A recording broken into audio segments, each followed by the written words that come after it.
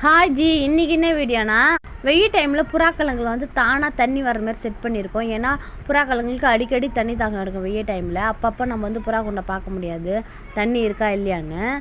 தீனி வைக்கலாலும் தண்ணி எப்பயுமே இருந்துக்கிட்டே இருக்கணும். அதனால் நாங்கள் ஆட்டோமேட்டிக்கலாக வர மாதிரி செட் பண்ணி இது வந்து குடிக்க தண்ணி வந்துக்கிட்டே இருக்கும். 1 விட்டு 1 நாள் வந்து துணி வச்சு தொடச்சி விட்ருவோம். தீனி மட்டும் டெய்லியுமே வச்சுருவோம்.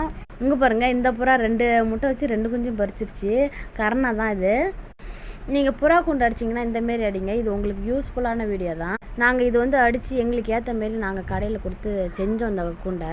இந்தமாரி கூண்டுக்கு அடியில் வந்து ஒரு கேப் விட்டு நம்ம வச்சுருக்கணும் எப்பயுமே. ஏன்னா அது எச்சில் பண்ணுறத வந்து கீழே கூண்டுக்கு போகாத மாரி நம்ம செட் பண்ணணும். இதுக்குன்னு தகரம் வாங்கி நாங்கள் ரெடி பண்ணணும்.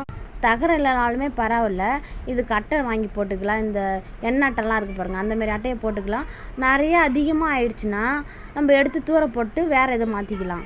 புறா வச்சுருந்தீங்க இந்தமாரி ஓப்பனில் வச்சிங்கன்னா நமக்குமே எந்த இஷ்யூ ஆகாது. இந்த டஸ்ட்டெல்லாம் வெளியே காற்றுல ஓடி போயிடும். ஓப்பனாக இருக்கப்போ நமக்கு வந்து எந்த அலர்ஜியும் ஆகாது. ஏன்னா நாங்கள் வந்து கூண்டு உள்ளார தான் வச்சுருந்தோம் எப்பயுமே ஷெட்டு போட்டு.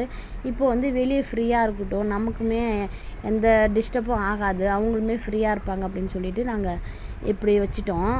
அப்புறம் இந்த கூண்டுக்கு வந்து அட்டை தான் போட்டிருக்கோம். நமக்கு ஏற்ற மாரி அட்டையோ தகரமோ ஏதோ வச்சு நம்ம யூஸ் பண்ணிக்கலாம். இந்த வீடியோ வந்து புதுசாக கூண்டு அடிச்சிங்கன்னா இப்படி கூண்டு அடிங்க. தண்ணி வந்து ஆட்டோமேட்டிக்காக அப்படி செட் பண்ணிக்கோங்க. அடுத்த வீடியோவில் என்னென்ன புறா இருக்குன்னு டீட்டெயிலாக சொல்கிறேன். இது யூஸ்ஃபுல் வீடியோனா கண்டிப்பாக கமெண்ட் பண்ணுங்கள்.